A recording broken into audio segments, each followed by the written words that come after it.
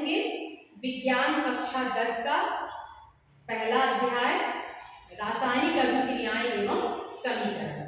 इसके अंतर्गत हम पढ़ेंगे ऊष्माक्षेपी अभिक्रियाएं एवं ऊष्माशोषी अभिक्रिया। तो सबसे पहले हम पढ़ते हैं ऊष्माक्षेपी अभिक्रिया। ऊष्माक्षेपी अभिक्रिया हम किसे कहते हैं? ऐसी अभिक्रिया जिसमें ऊष्मा निकलती है, उन अभिक्रियाओं को हम क्या कहेंगे? ऊष्माक्षेपी अभिक्रिया।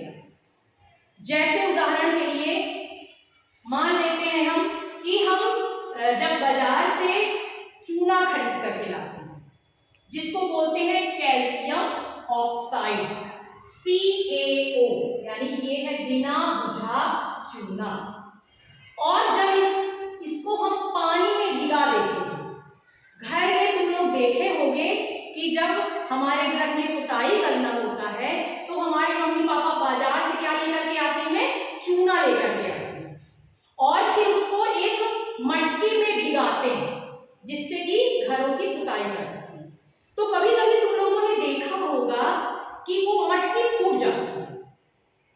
तो मटकी क्यों फूटती है? तो इसका कारण यही है कि उसमें ऊष्माक्षेपी अभिक्रिया होती है, यानी इतनी अत्यधिक मात्रा में ऊष्मा निकलती है कि जो मटकी होती है वो फूट जाती है। तो ऊष्माक्षेपी अभिक्रिया को हम कैसे समझेंगे?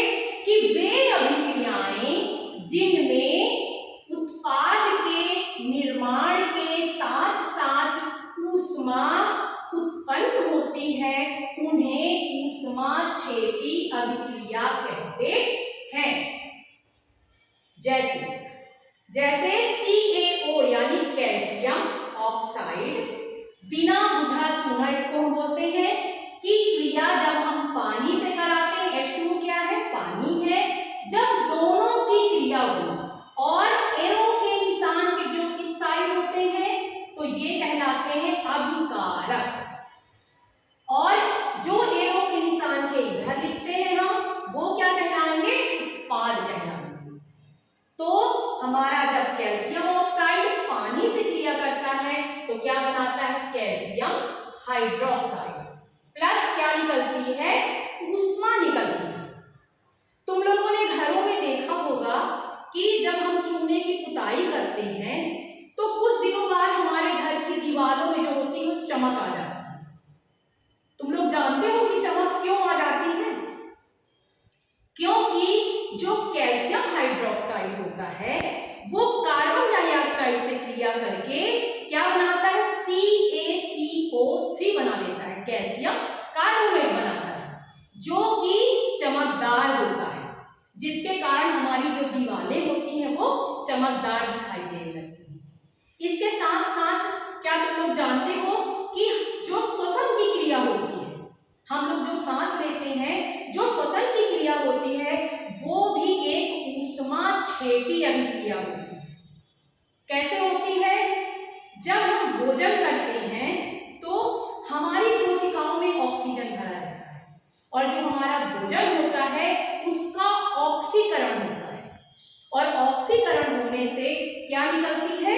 ऊर्जा निकलती है, और वही जो ऊर्जा होती है वो हमें दिन भर प्रदान होती है और हम अपना काम ठीक प्रकार से कर सकते हैं। अब ये जो अभिक्रिया होती है हमारी ऊष्माक्षेपी अभिक्रिया, इस अभिक्रिया को हम संयोजन अभिक्रिया के रूप में भी जानते हैं या संयोजन अभिक्रिया कहलाती है। जब दो या दो से अधिक अभिकारक मिल करके एक पदार्थ का निर्माण करते हैं, उत्पाद का निर्माण करते हैं, तो वो क्या कहलाती है? संयोजन अभिक्रिया कहलाती है। ठीक, अब हम पढ़ेंगे ऊष्माशोषी अभिक्रिया। ऊष्माशोषी अभिक्रिया जैसा कि नाम में ही स्पष्ट है, ऊष्माशोषी मतलब क्या होता है? ऊष्मा का अवशोषण करना।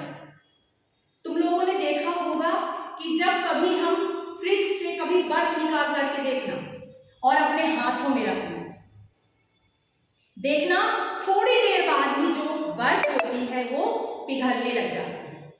कैसे पिघलने लगती है? ऊष्मा के कारण। तो हमको हाथों से निकली है। तो यानी वो भी क्या है, ऊष्मा शोषी अभिक्रिया है। ऊष्मा को अवशोषित करता है और क्या होता है, बर्फ पिघलने लग जाता है। तो ऊष्मा शोषी अभिक्रिया हम किसे कहेंगे, वे अभिक्रियाएं जिनमें उत्पाद के निर्माण के साथ साथ ऊष्मा अवशोषित होती है, उन्हें ऊष्मा शोषी अभिक्रिया कहते हैं। जैसे कि CaCO3 है, कैल्शियम कार्बोनेट है। जब हम इसको गर्म करते हैं, यानी कि जब इसको हम क्या देते हैं, ऊष्मा देते हैं, जब हम इसको ऊष्मा देते हैं तो ये calcium oxide plus carbon dioxide में टूट जाता है और इसको हम वियोजन अभिक्रिया भी कहते हैं। क्या कहते हैं, वियोजन अभिक्रिया भी हम इसको